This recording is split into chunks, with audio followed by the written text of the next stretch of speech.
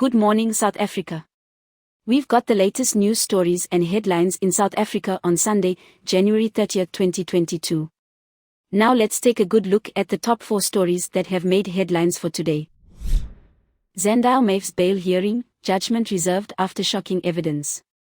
Zandile Mafe's bail application at the Cape Town Regional Court delivered bombshell after bombshell without any final verdict. Mafe revealed that he intends to sue the state for damages. He also claimed that he was friends with Eugène Terre'Blanche. Another bizarre claim police say Mafe made: that Cyril Ramaphosa is a serial killer. Mafe's bail application was previously delayed by a week with him having to isolate after contracting COVID-19. Mafe is accused by the state of starting the fire in Parliament. He is also facing charges of terrorism as a result. Mafe was represented by advocate Dolly Mpofu and has been held in custody at Pollsmoor Prison since his release from Fokenburg Psychiatric Hospital 2 weeks ago. Mafe took to the stand. Things were relatively straightforward at first as he faced questions from Mpofu. Mpofu asked whether a stutter he has had since he was a child could be being used against him by the state. Mafe has been diagnosed with paranoid schizophrenia. Mafe explained how he ended up in the Western Cape. Mafe also revealed that he wants to sue the state for damages. Things then quickly took a turn to the bizarre. While being grilled by the state, Mafe claimed that he had been friends with Eugène Terre'Blanche when he was still alive. He also explained that he was demanding the release of Yonish Walus.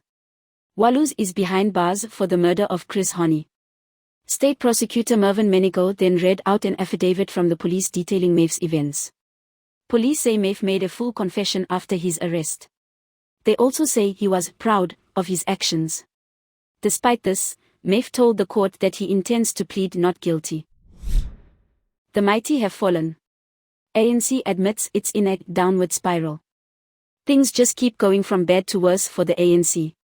Last week, President Cyril Ramaphosa described his own party as being in a state of decay and degeneration. Today, the party's own National Executive Committee is saying that the ANC is in a downward spiral. The party held a lekotla with members of the Tripartite Alliance and NEC from the 20th to 23rd of January.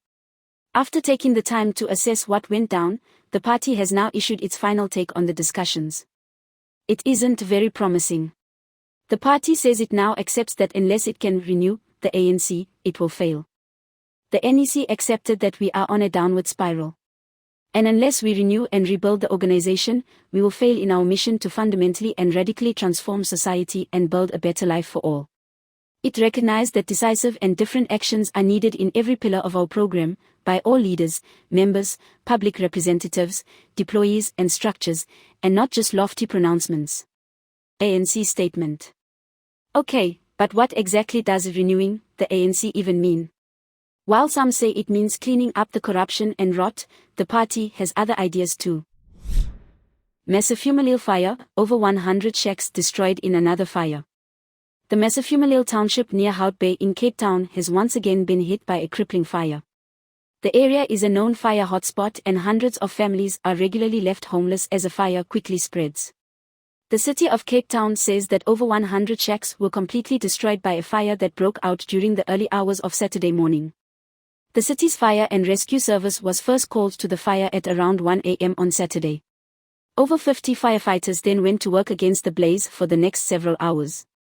A blaze ripped through Masefumalile in the early hours of this morning, leaving a number of residents displaced. At 1:23 a.m. on Saturday, January 29, the city's fire and rescue service was alerted that there were informal structures on fire in Masemola Street. 15 firefighting appliances from various fire stations and 50 firefighters extinguished the blaze by 7:24 a.m. No injuries or fatalities were reported. City of Cape Town Safety and Security. The city says 100 homes were destroyed. 235 people are said to be affected. Man spends 20 years in prison for crime committed by twin.